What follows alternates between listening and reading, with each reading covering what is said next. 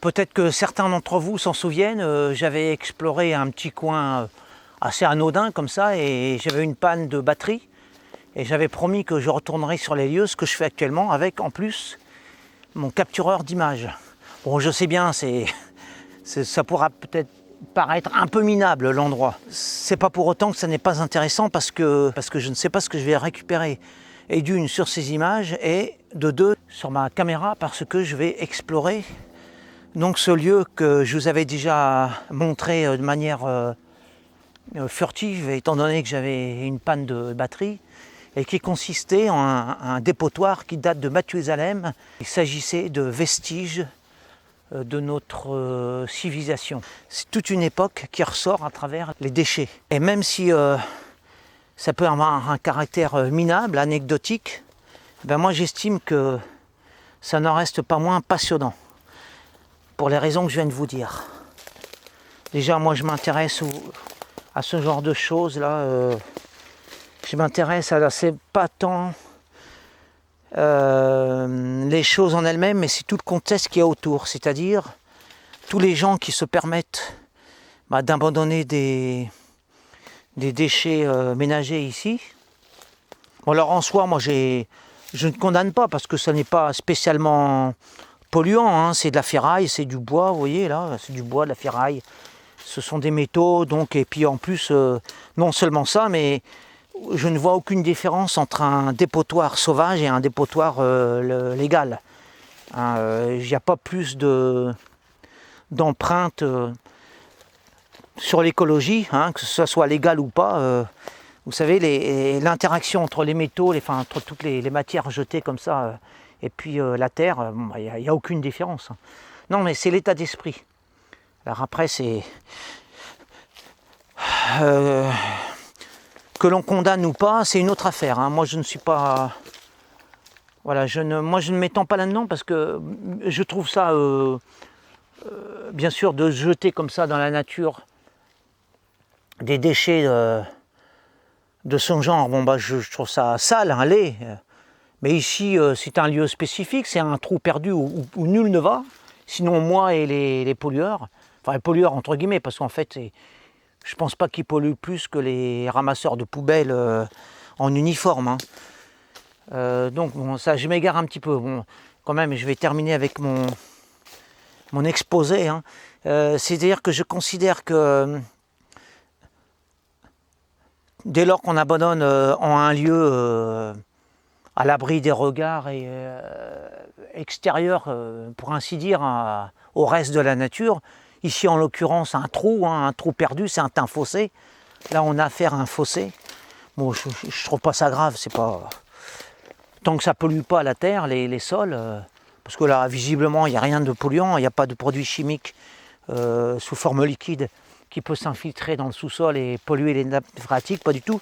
C'est juste du plastique, voilà, qui va se décomposer lentement, mais voilà, qui va pas moins ni plus se décomposer que les plastiques qu'il y a dans les dépotoirs, les décharges publiques légalisées. Hein. Voilà, donc moi je trouve pas ça gravissime, hein, c'est juste bon l'état d'esprit, la mentalité de celui qui n'a pas conscience de tout ce que je viens de dire, pour qui s'imagine que ce serait polluant, enfin dire que j'imagine que celui qui a jeté ces affaires-là s'imagine que c'est plus polluant de le mettre là que dans un endroit légal. Or non, pas du tout. Enfin bref, parenthèse fermée. Je vais alors déjà continuer à explorer par là. Parce que la dernière fois j'avais été jusque là et ma caméra s'était coupée. Et je vais essayer de trouver un endroit pour fixer ma captureur d'image. Alors c'est un lieu judicieux, dans la mesure où je viens de vous l'expliquer, c'est un trou, c'est un fossé, où personne n'est censé venir. Donc si je capture une intrusion humaine, eh ben, ça sera passionnant. Alors là, il s'agit visiblement d'un pneumatique.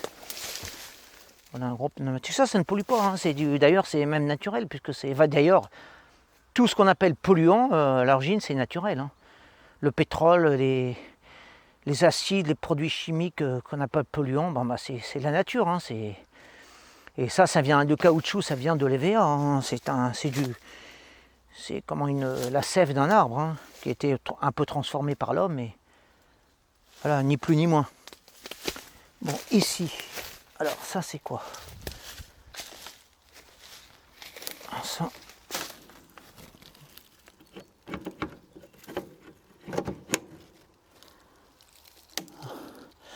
Apparemment c'est un clapier. C'est un clapier qui était jeté là.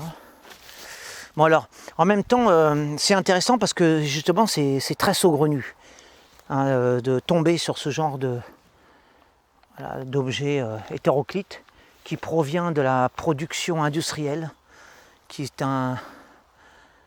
voilà, une empreinte de la présence humaine. Bon là il n'y a rien visiblement. Alors je découvre en même temps que vous, je ne connais absolument pas ce fossé là. Hein. Je ne sais pas à qui peut appartenir ce genre d'endroit. Est-ce que c'est à la commune? Parce qu'apparemment il n'y a aucun propriétaire. Hein. Aucun propriétaire, je pense, hein, ne possède ce genre d'endroit, parce que là c'est... Pour le commun des mortels, c'est pas un endroit que l'on peut faire fructifier, hein, ça n'a aucun intérêt. Ça a de l'intérêt uniquement pour les gens curieux comme moi qui explorent, pour les vagabonds, pour les rêveurs, et puis pour les jeteurs d'ordures. Parce qu'en même temps, ce qui m'intéresse, c'est qu'il n'y a quasiment aucun humain qui est venu ici. Ça va être fréquenté uniquement par des animaux. Et le peu d'humains qu'il y a qui s'aventurent jusqu'ici, justement, eh ben c'est ça qui est intéressant. C'est ça qui m'intéresse. Parce que les humains qui doivent venir ici, ils ne sont pas comme les autres. Bon, bien sûr, je m'inclus tout en m'incluant pas dedans. Parce que moi, je suis là pour découvrir des choses. Je ne suis pas là pour agir, je suis là pour relever les choses. C'est curieux. Moi, ça m'intrigue de voir ce genre de choses. Ça me questionne, ça m'interroge. Qu'est-ce que c'est? Ça va être un oiseau. J'entends un petit bruit là. Alors moi, ça m'intéresse particulièrement parce que c'est un lieu où là, il n'y a plus d'activité humaine et qui est livré à lui-même et où il peut se passer des choses qui sont en dehors de l'humanité, en dehors de la présence humaine. Même si on voit des reliquats des activités humaines, ça reste un lieu mystérieux en fait pour moi. Hein. Où personne ne vient vérifier, ce sont des choses vraiment sans valeur. Personne ne vient ici, ça n'a vraiment strictement aucune valeur. Mais plus ça vieillit et plus ça prend de la valeur. Les choses les plus dérisoires prennent une très grande valeur à mesure, alors que les décennies et les siècles passent. Ici c'est une bouteille qui est enterrée depuis une éternité. Voilà, un vieil arrosoir. Je dois être la première personne à soulever cet arrosoir depuis au moins une vingtaine d'années.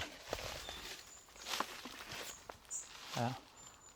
Moi j'aime montrer ce qui ne se voit jamais, ce que personne, alors à la fois n'ose voir, n'ose aller voir, et puis ce que personne n'ose imaginer qu'en termes de forme d'intérêt, quoi. Ça semble inintéressant aux yeux du monde, mais moi j'essaie justement de donner de poser un regard particulier qui pourrait susciter l'intérêt justement chez tous ceux qui trouvent ça sans intérêt, minable, anecdotique, insignifiant. Déjà ne serait-ce que par l'ambiance qui se dégage.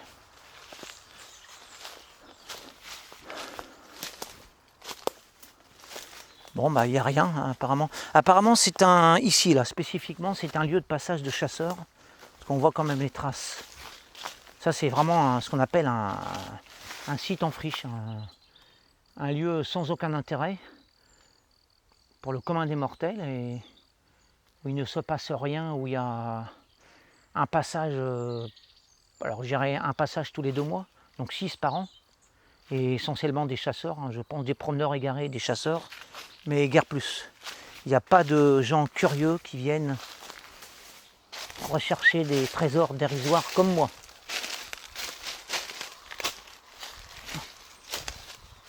Alors voilà, c'est la friche totale.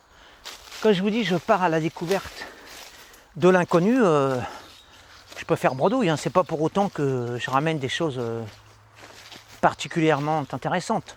Mais je tente le coup. Si on part avec l'idée qu'on ne trouvera rien, que ce n'est pas intéressant, c'est minable, c'est dérisoire, bon ben on fait rien, hein. On découvre rien, hein. Voilà, on force les choses eh bien, avec la volonté d'y aller. Alors si vous n'avez pas la volonté dès le départ, si vous estimez avec des préjugés arrêtés que ça ne sert à rien, que c'est une perte de temps, bon bah allez perdre votre temps sur internet, à regarder des conneries sur TikTok et ne venez pas ici.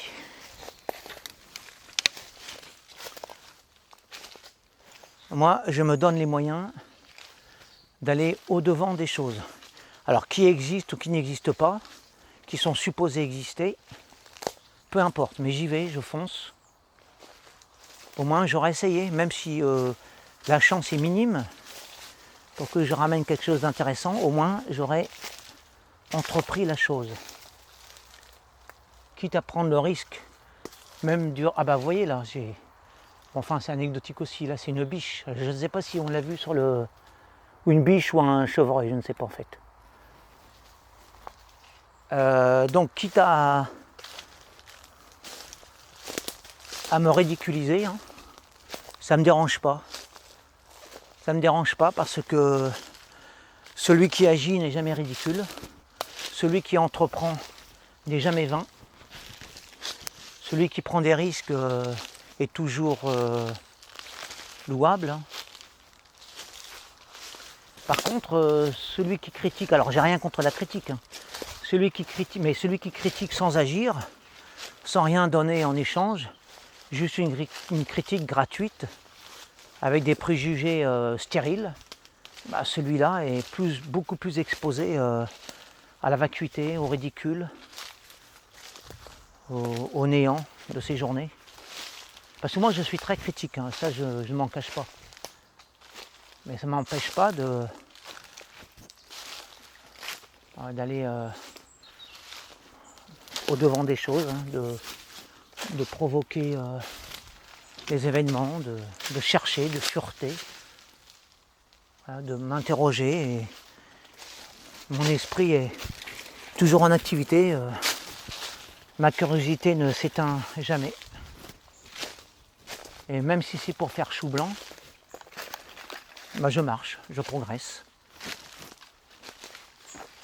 Parce que ce que je suis en train de faire, là, de filmer, de raconter, je crois que personne ne l'a fait avant moi. Je parle de ce lieu spécifique, de mon discours spécifique sur ce lieu, hein, du caractère apparemment vain de mon entreprise, ou dérisoire, disons. Bah derrière, il y a cette volonté quand même d'aller découvrir des choses. Vous savez qu'on explore ce fossé insignifiant ou la Lune, fondamentalement c'est la même chose. C'est toujours la curiosité humaine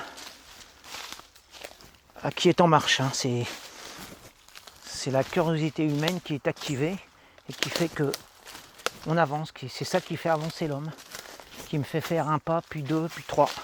Ici en ce moment.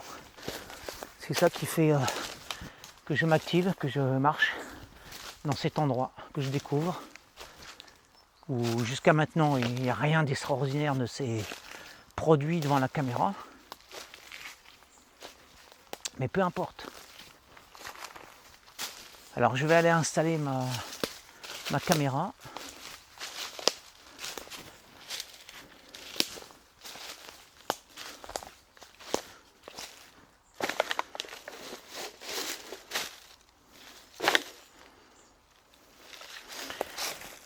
Ah, il y a encore de l'eau là-dedans, ça fait peut-être 10 ans, 15 ans 20 ans que cette eau est enfermée là-dedans.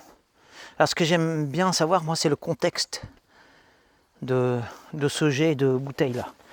Si on pouvait retrouver l'auteur de ce jet, ça raconterait toute une histoire. Bon, je vais quand même essayer de sentir. Hein. Oui, ça sent le temps en fait, ça sent 20 années écoulées. Je viens de placer un peu sommairement la caméra ici, hein. Je vais bien voir ce que j'enregistre. Voilà, j'ai fait ça comme ça sans trop réfléchir. Je ne sais même pas si la caméra est bien dirigée, mais on verra bien ce que ça va donner. Hein. Voilà, bon, puis j'espère que ça va pas être volé, mais je pense pas. Ici, on est vraiment dans un trou perdu.